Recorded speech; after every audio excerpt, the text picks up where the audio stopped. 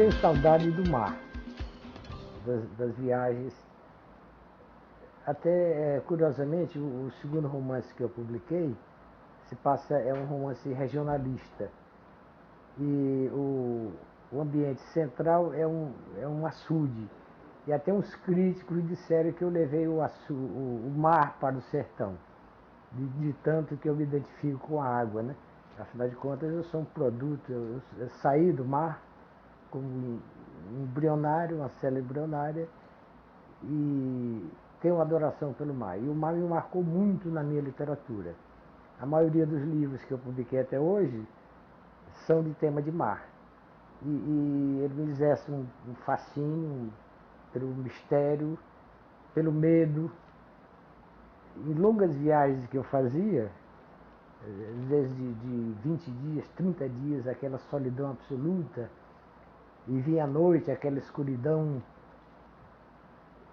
mas de qualquer forma eu sentia um encanto, o mar sempre me encantou e sempre me apavorou. E eu acho que eu sou um navegante permanente.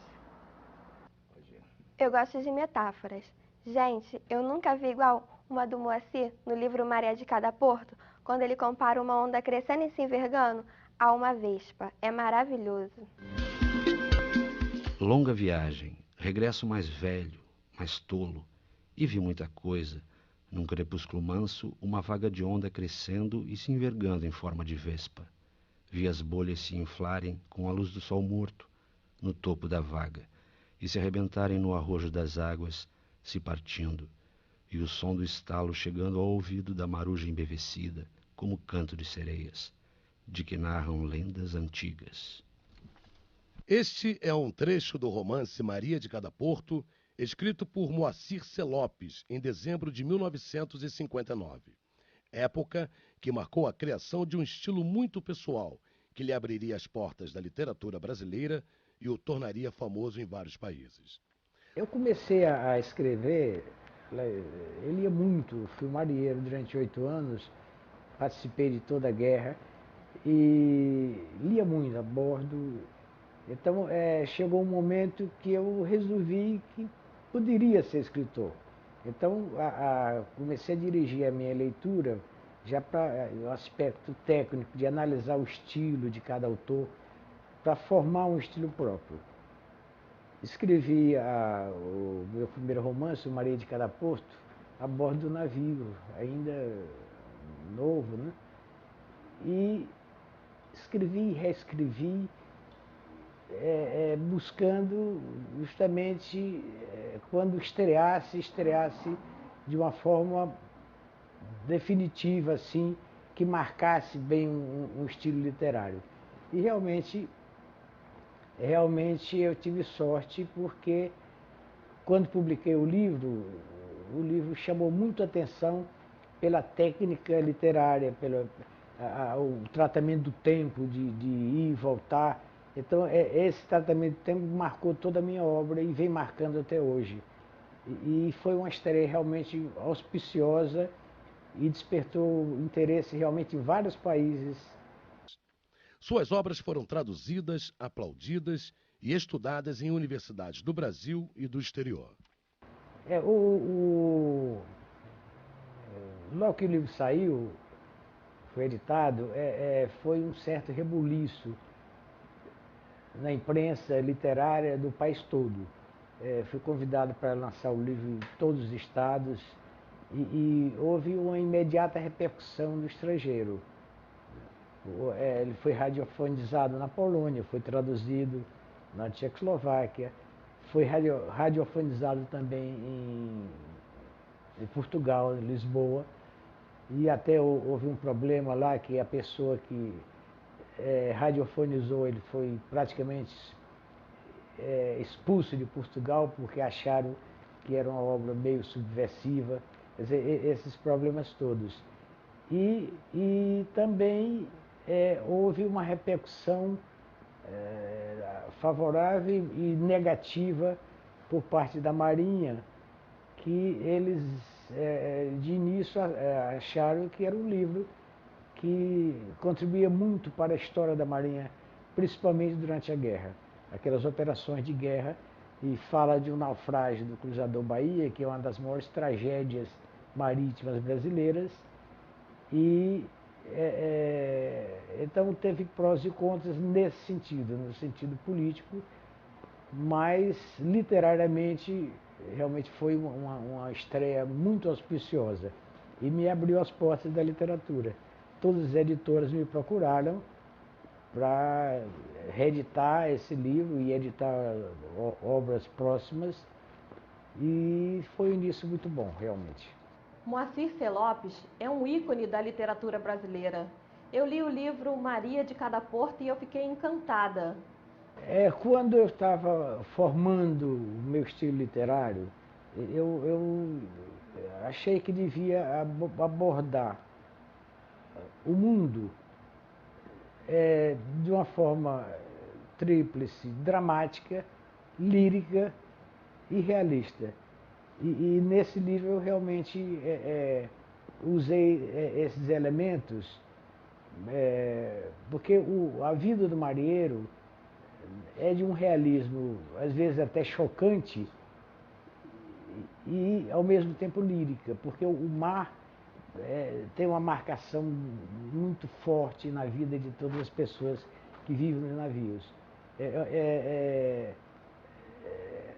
O mar é um elemento mágico que realmente entrou muito, penetrou dentro de mim, e eu usei ele como quase um personagem vivo dentro dos demais personagens dos meus livros. O romance Maria de Cada Porto se transformou de imediato em sucesso de público e de crítica, conquistando os prêmios Coelho Neto, da Academia Brasileira de Letras, e Fábio Prado, da União Brasileira de Escritores.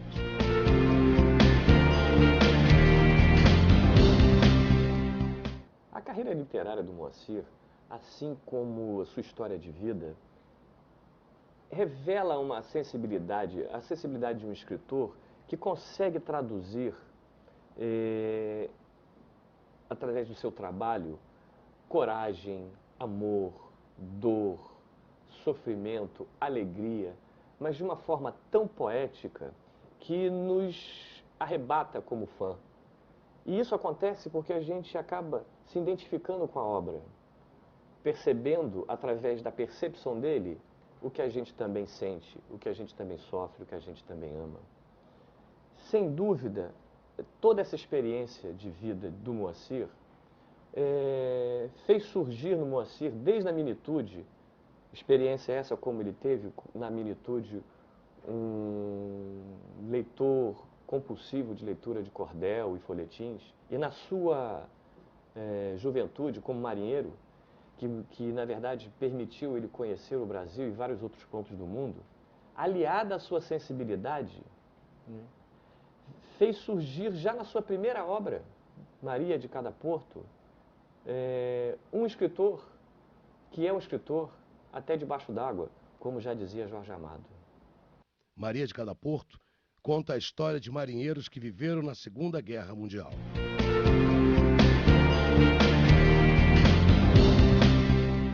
Eu entrei para a Marinha no início da guerra. Eu entrei em dezembro de 42, o Brasil tinha entrado em outubro. E eu logo fiz o curso de tática submarina e de radar. E então eu passei a guerra toda, durante as viagens, naquele aparelho sonar que me enlouquecia. Dia e noite, eu era, nos navios onde eu servia, eu era o único especializado naquilo. E a noite toda, aquele aparelho sonar captando ecos de metálicos, que podia ser submarino, podia não ser. E também no radar. Durante todo o meu tempo de marinha foi exercendo esses. E havia muito submarino na costa brasileira, mas na parte sul, onde se dizia que esses submarinos se abasteciam de combustível nas costas da Argentina. Então eu captei no aparelho sonar muitos submarinos, demos combates. Não posso dizer se afundamos ou quantos submarinos alemães, mas que havia. A vivência dos marinheiros a bordo e as aventuras nos portos com as mulheres tornam a obra um misto de realismo de intensa dramaticidade, com doses de lirismo e ironia. Quando eu estava formando o meu estilo literário, eu achei que devia abordar o mundo de uma forma tríplice, dramática, lírica e realista.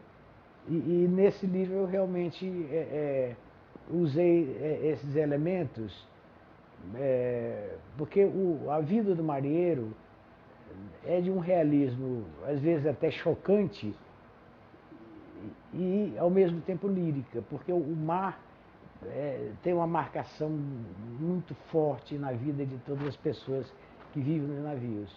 Maria de Cada Porto tem como pano de fundo uma tragédia. O naufrágio do cruzador Bahia em um ponto do Atlântico entre o Brasil e a África. A tragédia matou cerca de 300 marinheiros. Foram 5 dias de busca e dor. O cruzador Bahia estava fazendo patrulhamento que foi feito durante toda a guerra. Nesse patrulhamento, no exercício de guerra, houve uma explosão e o navio afundou assim em pouco tempo. Era uma guarnição de 380 homens e morreram de imediato, no afundamento do navio, morreram 100 homens. E ficaram 280 espalhados em 16 balsas, sem ter podido transmitir o SOS, não se soube do afundamento dele, então ficaram esses 280 homens espalhados nas balsas e foram morrendo um a um.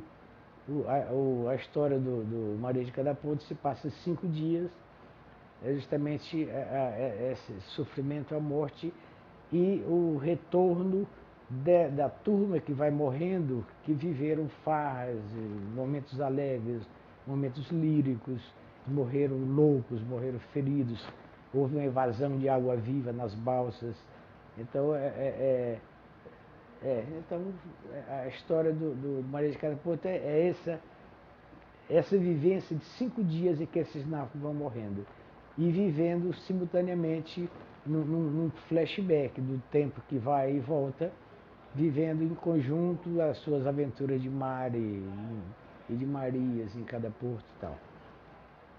Somente 27 pessoas sobreviveram ao acidente.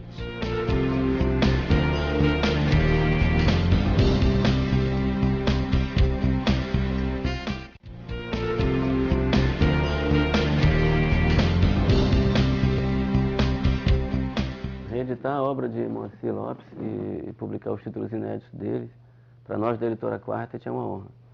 A gente começou a fazer isso em 1999 e começamos com um romance inédito, O Almirante Negro, que trata da vida e da luta do João Cândido, Maria João Cândido, que livrou os marinheiros da revolta da Chibata e denuncia como que desde aquela época os governos já descumpriam o que prometiam, né?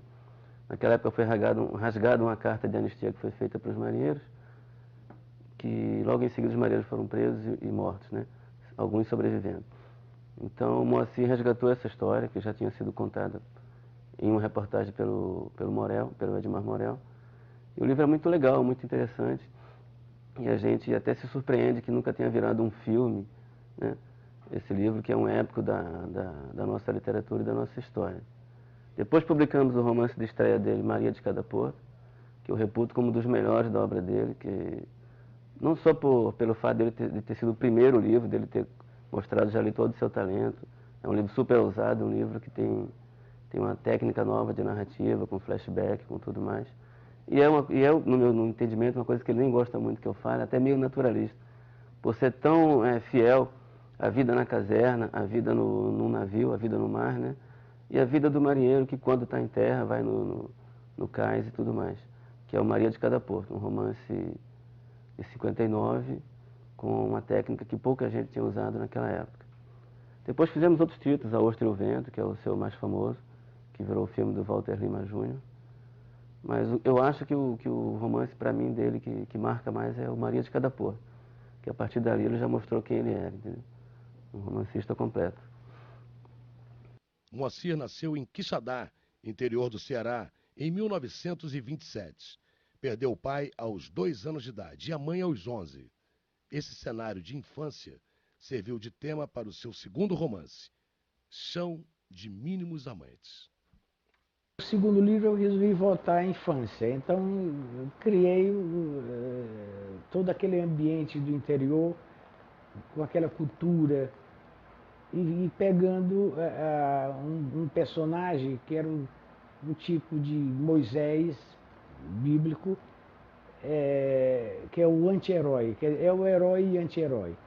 E ele é mitificado pela população, e ele, para provar que não é o herói, ele resolve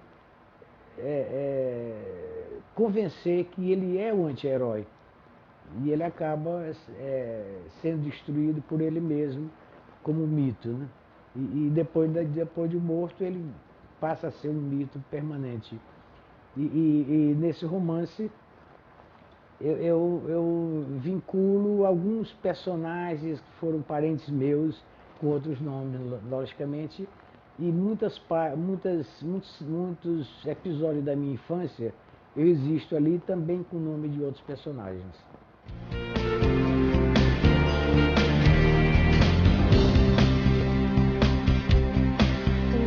Eu perdi o meu pai aos 2 anos de idade, nem tenho lembrança dele. E perdi minha mãe aos 11 anos de idade. E fui morar com um tio que eu e uma irmã e um irmão, e ele era muito áspero, também pobre, e foi um período assim de muito sofrimento, porque ele, na ignorância dele, ele castigava quase todo dia, e castigo forte, com palmatórias enormes, de cinto, de chibata, de chicote. Então eu não suportei e resolvi fugir de casa. Fugi,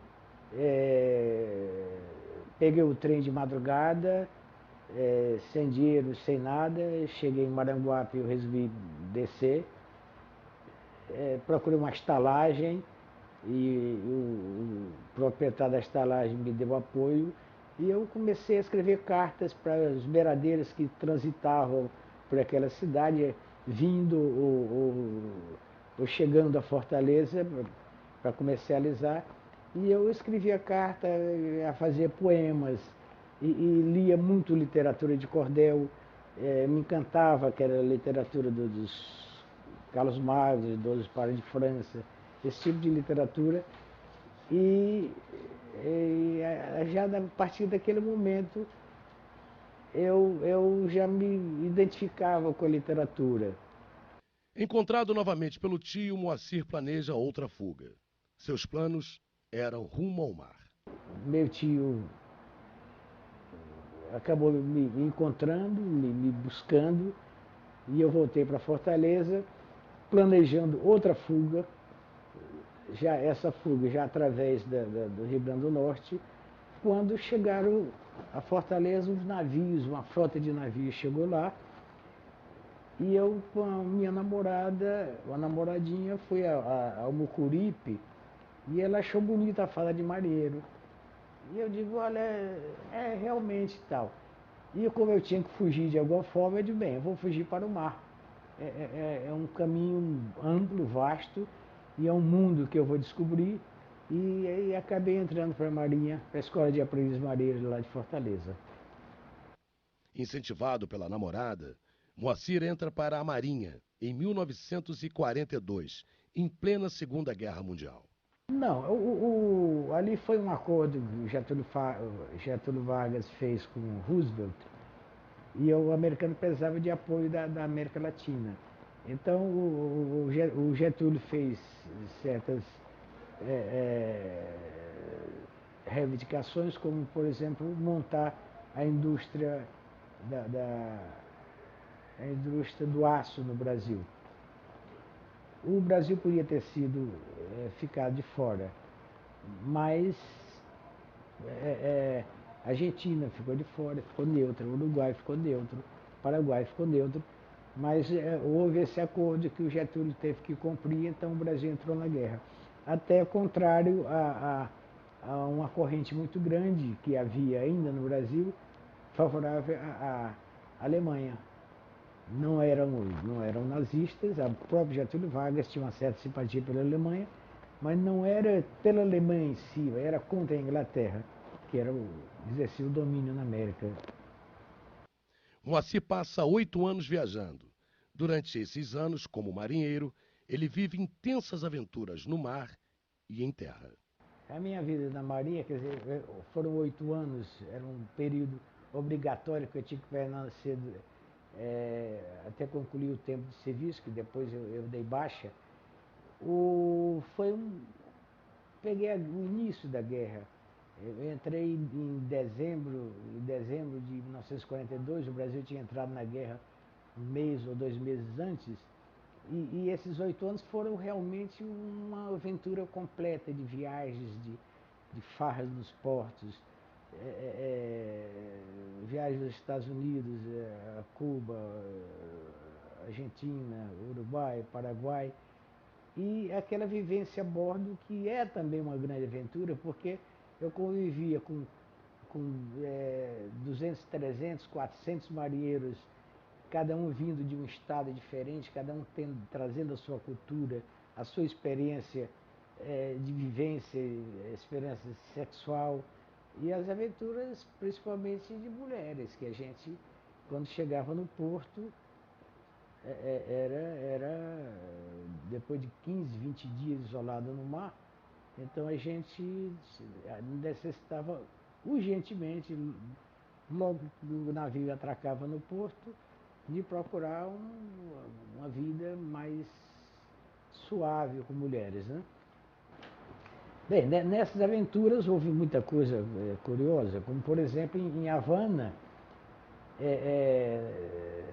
nós em Havana tivemos uma briga assim, que foi considerada o início de guerra, porque houve lá um incidente com um marinheiro brasileiro, com um cubano, num cabaré, e esse cubano que já tinha um ódio assim contra o governo, já estava numa pressão social imensa de domínio de Cuba pelos Estados Unidos, que Cuba era considerado para os americanos um cabaré ali perto de Miami. Então houve uma briga que eram 2 navios brasileiros e a guarnição dos 2 entraram em guerra contra a população de Havana no centro da cidade. Em Salvador, por exemplo, eu saí com uma mulher até nova, bonita, entendeu? Quando cheguei no quarto, ela trancou no subsolo. No momento que ela tira a roupa, baixa um espírito nela que era do cafetão que tinha sido assassinado há poucos dias. Então ela começa a falar grosso e dizer que ia me matar, o que é que esse boneco está fazendo aqui, você está me traindo com esse boneco, e queria me cair de pau. E a mulher falando grosso e avançando em mim, e eu desesperado no subsolo, sem saber onde sair, e acabei arrombando a porta e fugindo. Quer dizer, esses detalhezinhos da vida de marinheiro. Uma outra ocasião, eu bêbado completamente, apaixonado por uma moça lá no Rio Grande do Norte, entendeu? Vim descobrir que a moça era lésbica, não gostava de homem, eu saí assim meio acabrunhado, embriagado, fui acordar na manhã seguinte, dentro de um cesto de peixe, fedendo a peixe podre, e com uma mulher do meu lado, que não era aquela, não era outra mulher. Então, esses casozinhos assim que a gente vai acumulando de vivência, e além do meu costume, do meu hábito de sair, que a gente dá a expressão do marinheiro, é dar soco no sereno, porque ele sai sem destino, né? Então, numa outra viagem a Natal, eu vi que tinha uma correspondência para o livro da Câmara Cascudo. E eu tinha um encanto por ele, já tinha lido o livro dele, o maior folclorista brasileiro e internacionalmente famoso. E então digo, olha, deixa que eu leve essa carta. Então, cheguei, ele me recebeu de uma maneira muito delicada, ele era maravilhoso, trouxe suco de mangaba e tal, e ele puxou o assunto, ele era muito querido da Marinha, e ele conhecia muitos oficiais de Marinha. Então eu comecei, ele puxou o assunto e eu comecei a falar de mim, da minha vida e tal. E ele disse, olha, por que você não escreve? Eu já tinha escrito um romance que não cheguei ao fim, eu tinha até jogado fora. Ele disse, olha, eu escrevo sobre a vida de marinheiro, as suas experiências, sua vivência.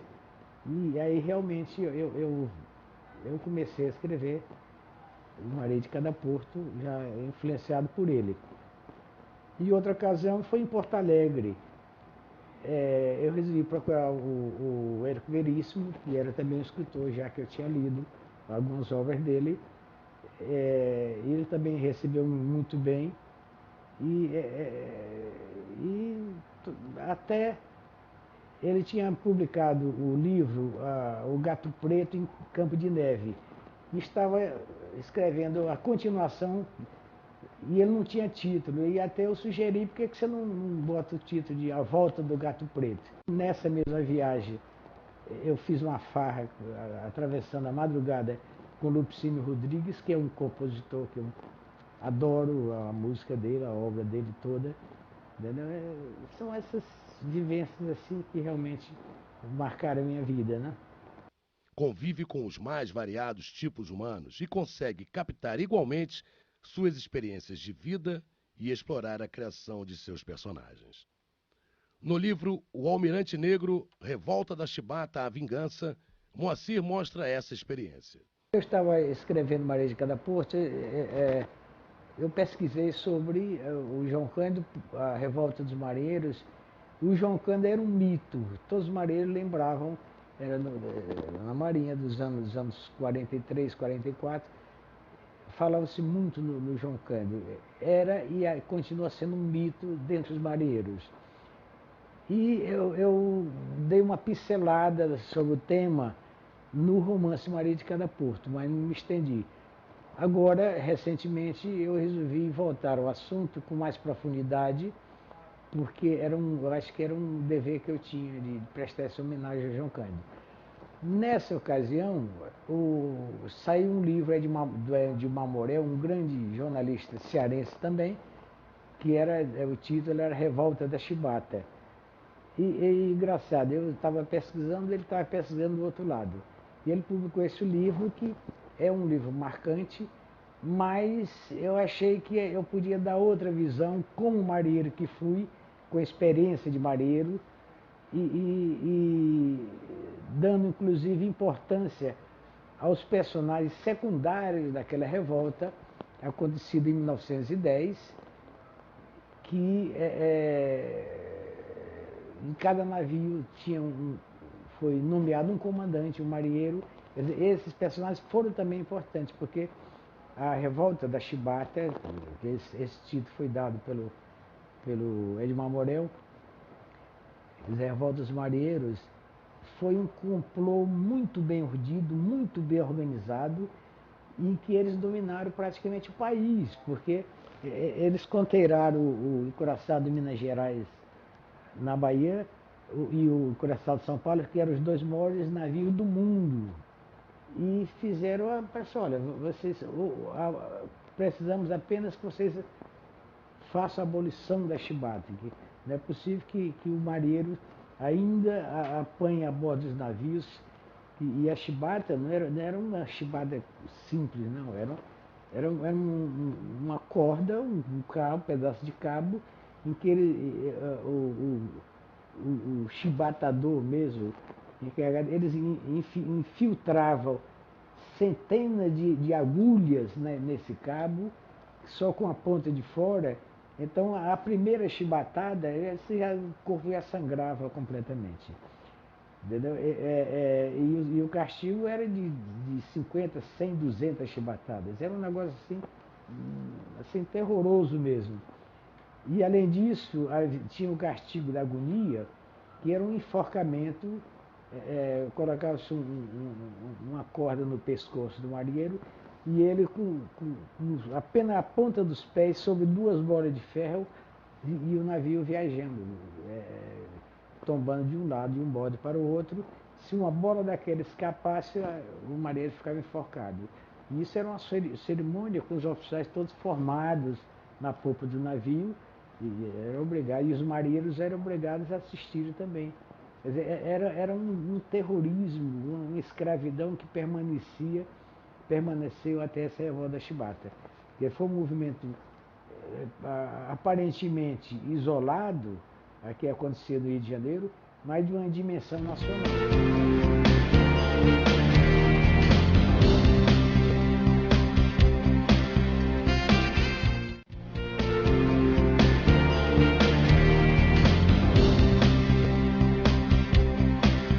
Depois de publicar seu terceiro romance, Cais, Saudade em Pedra, em 1963, ainda uma continuação das suas vivências de marinheiro, Moacir C. Lopes publicou 1 ano depois, em 1964, seu quarto romance, A Ostra e o Vento.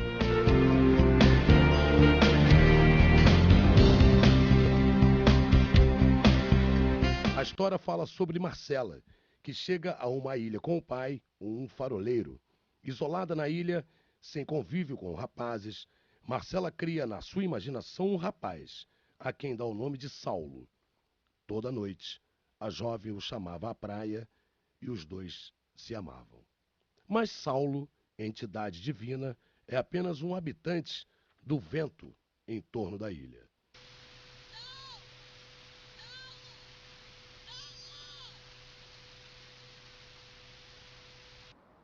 Uma das minhas viagens era ao sul do Brasil, comboiando dois navios fluviais, atravessando o Rio Paraguai, Rio Paraná, até Mato Grosso. Pegamos um temporal violento logo que saímos do Rio de Janeiro. Quando chegamos à costa de São Paulo, esse temporal fez com que a gente fosse se abrigar numa ilha lá na costa de São Paulo. Então eu desembarquei para conversar com o faroleiro dessa ilha e me impressionou a conversa, a solidão compulsória de uma pessoa que se isola do mundo para viver consigo mesmo e que pode levar à loucura, e como tem levado muitos faroleiros brasileiros.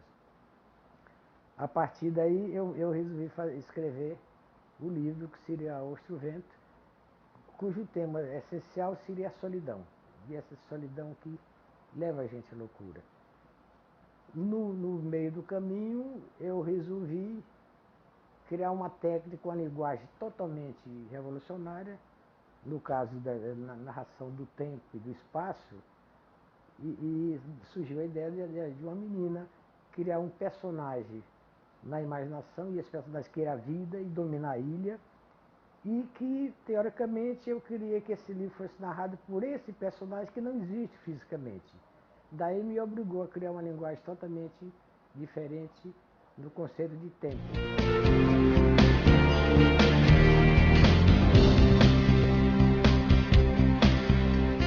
Não posso deixar de falar sobre A Ostra e o Vento, uma das mais importantes obras literárias do Moacir. Não só pela sua beleza, pela sua sensibilidade ao escrever um trabalho como esse, por falar da loucura, por mencionar a loucura de forma tão sublime, mas também da importância literária que esse trabalho representa. A obra do Moacir Lopes eu considero uma obra muito rica, muito abrangente e que inclusive precisa ser melhor lida, melhor analisada, melhor avaliada dentro da produção literária brasileira. Durante muitos anos da minha vida, eu trabalhei com vários títulos do Moacir com alunos de ensino médio em Niterói. Eu tive alunos de ensino médio que leram várias obras do Moacir, e o Moacir esteve algumas vezes nesse colégio para conversar com esses alunos. Então, a minha satisfação em poder usar um dos livros do Moacir Lopes na minha tese de doutorado foi realmente muito grande, porque eu queria fazer um trabalho sobre a loucura na literatura brasileira. A minha tese de doutorado, defendida na USP, se chama Sortilégios do Avesso, Razão e Loucura na Literatura Brasileira. Isso, na verdade, é um estudo da obra de 10 autores. Preliminarmente, eu fiz um estudo da loucura em várias civilizações, como é que a figura do louco foi tratada, como é que isso se tornou uma nova visão por volta do século XVIII, XIX, quando começou a haver a internação dos loucos e etc. Ao entrar na literatura brasileira, eu trabalho com a obra de Álvares de Azevedo, Bernardo Guimarães, Coelho Neto, Machado de Assis, Lima Barreto, Guimarães Rosa, Dionélio Machado, Altran Dourado, Moacir Lopes e Renato Pompeu. O livro que eu utilizo na minha tese é A Ostra e o Vento. A publicação de A Ostra e o Vento teve imediata repercussão de público, mas principalmente por parte da crítica, tanto no Brasil como nos Estados Unidos, onde foi catalogado em universidades norte-americanas como obra imprescindível aos estudiosos da técnica do romance, em que o autor quebra os conceitos de tempo e espaço na narrativa. Em 1978, um grupo de professores norte-americanos organizaram lá um simpósio que seria realizado na Califórnia, em Los Angeles e no Arizona. E dentro desse simpósio eles convidaram professores de vários estados americanos que já conheciam a minha obra para irem lá apresentar o trabalho. E me convidaram também para eu fazer palestras, além de participar desse simpósio, fazer palestras sobre a minha obra em várias universidades americanas. Eu fiz na UCLA, fiz na USC, fiz em San Diego, Santa Bárbara, Santa Mônica, e em Tucson, Arizona. Então, fiz várias palestras além do simpósio, que resultou muitos trabalhos menores, além das teses de doutorado.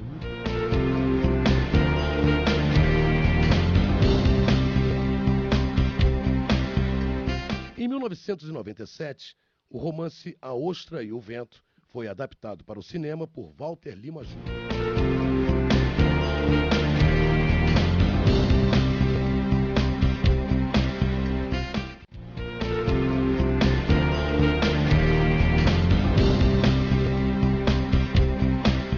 O romance Por Aqui Não Passaram Rebanhos, além da repercussão que teve no Brasil e no exterior, causou também um grande impacto no leitor. Eu ouvi falar da obra do Moacir pela primeira vez, eu tinha 18 anos, eu gostava muito de ler, eu sempre li tudo, desde criança que eu lia tudo, e conversando com uma prima, a gente trocando ideias sobre literatura, ela me disse que tinha lido um livro do Moacir, que tinha achado maravilhoso, eu não conhecia, e eu não conhecia o livro. E era Por Aqui Não Passaram Rebanhos. E eu fui ler o livro. E eu fiquei fascinada com o livro, porque era diferente de tudo aquilo que eu já tinha lido. Era um livro que eu ficava pensando assim, puxa, então eu posso escrever assim, eu posso... É fantástico, a literatura fantástica que eu estava descobrindo ali na prática. Ninguém tinha me ensinado, ninguém tinha me explicado. Eu estava descobrindo lendo aquele livro do Moacir. E comecei a procurar livros do Moacir por todo canto e era muito difícil. Eu pegava emprestado, peguei emprestado com um amigo, Maria de Cada Porto. Eu fui pegando emprestado livros que eu conseguia, porque eu queria conhecer mais sobre ele, sobre a pessoa do Moacir. Nesse livro, Moacir não aborda o mar. O romance conta a história de Selene e um velho aguadeiro, o Sumé, que carrega água em tonéis furados sobre um burro. Por onde eles passavam, iam deixando pingos d'água, de onde nascia florescente vegetação. Nesse romance, Selene e Emiliano vivem 3.000 anos em poucos dias.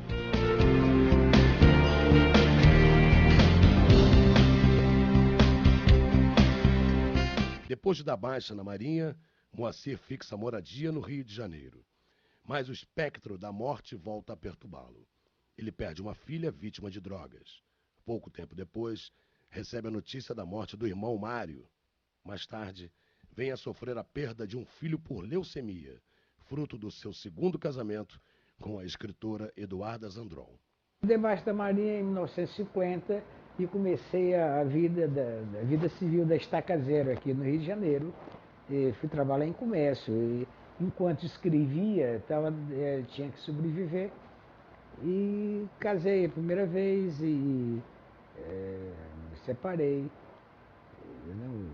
Aí casei a segunda vez com a Eduarda Zandron, também escritora, mas nesse período todo perdi minha filha Cristina, houve sérios problemas de droga e tal, e ela morreu. E anos depois perdi meu filho, Fábio, ele tinha 20 anos, morreu de leucemia. Até a minha mulher, Eduarda Zandron, a mãe dele, escreveu um livro sobre a biografia dele, sobre esse problema da saúde e da morte dele. Isso me marcou profundamente, mas a vida continua, né? Moacir não se deixa abater. Continua a escrever romances e agora conta com um aliado, o computador. Eu escrevia, a maior parte dos meus livros é a máquina de escrever, né? Ganhei até de uma pessoa, num caso assim, muito tumultuado de um relacionamento, recebi de presente uma máquina alemã e escrevi vários livros. E muito recentemente um amigo meu disse, olha, você precisa mudar para computador. E eu acabei me adaptando. O computador realmente é muito mais prático, né? Da janela do seu apartamento, ele costuma contemplar o bairro de Laranjeiras e conta, sorrindo, sobre a criação de seus personagens, que muitas vezes o assusta. Na minha visão literária, né, no meu estilo,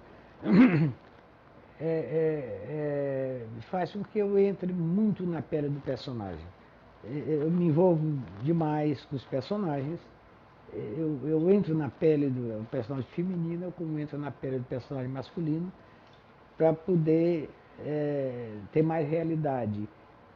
E quanto mais eu entro nesse personagem, mais eu chego perto do leitor. O leitor sente que esse personagem tem vida própria, né? E eu estava escrevendo A Ostro Vento, quando tem esse personagem que não existe fisicamente. Ele é um personagem criado pela imaginação da menina que chega na ilha, muito nova, e na solidão dela, sem ter com quem conviver, a não ser com dois velhos, ela cria um homem na imaginação a quem dá o nome de Saulo. Eu estava escrevendo uma cena lá em casa, e estava sozinho, minha mulher não estava, minhas filhas não estavam, de noite. Eu estava escrevendo a cena em que essa menina está na casa do farol e o Saulo, através do vento, ele vai penetrando na casa e se incorporando, enchendo toda a casa do farol e praticamente se filtrando no corpo dessa personagem, essa menina, Marcela, para possuí-la. Então, quando eu estava escrevendo isso, eu me assustei. O Saulo, comecei a sentir o Saulo nas minhas costas, como se eu estivesse vigiando e me apavorando também. E eu saí correndo, fechei a casa e fui para o meio da rua, porque fiquei apavorado com o próprio personagem, né? Todo escritor tem um hábito estranho na hora de escrever. Eu tinha umas certas manias, como escrever com os pés nus, entendeu? Sem chinelo, sem nada. Mas eu já ultrapassei essa fase, né?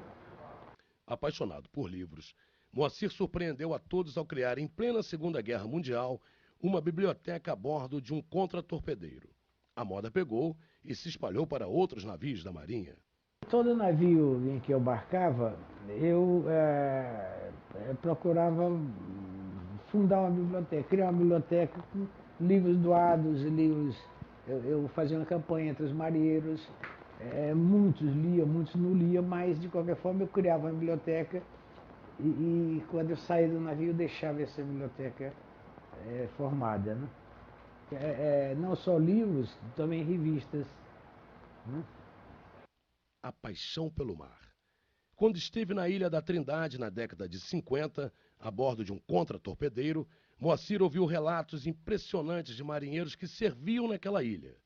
Isso o inspirou a escrever o romance As Fêmeas da Ilha da Trindade, recentemente lançado no Rio de Janeiro.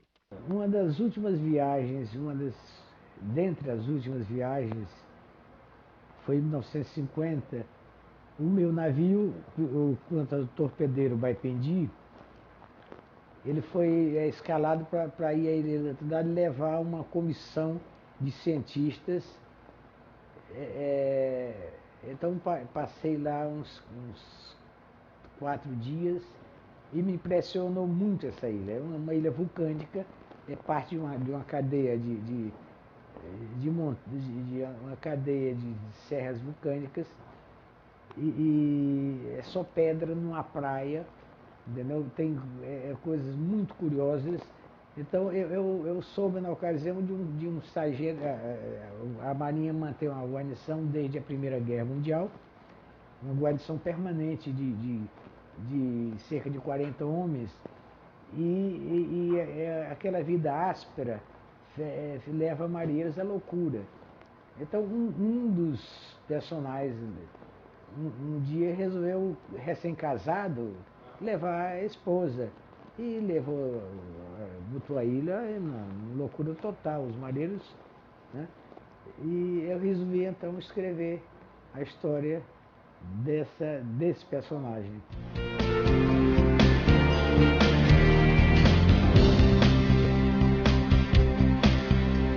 São mais de 20 livros publicados com tradução para vários idiomas ao longo de quase 50 anos de literatura. Escrevi até hoje, publiquei até hoje 20 livros, sendo 10 romances e livro de ensaio, inclusive um sobre a técnica de escrever, eu dei o título de Guia Prático de Criação Literária, sobre o qual estou dando cursos a alunos sobre criação literária. O ensaio sobre a história da literatura brasileira, vários livros. Fiz uma adaptação do Capital de Karl Marx, uma adaptação de cerca de 300 páginas.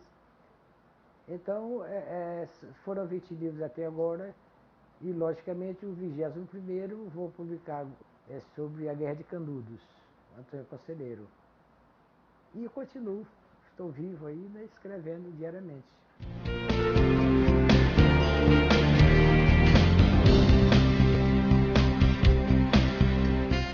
Para as novas gerações, Moacir C. Lopes talvez tenha ficado mais conhecido depois que Walter Lima Jr.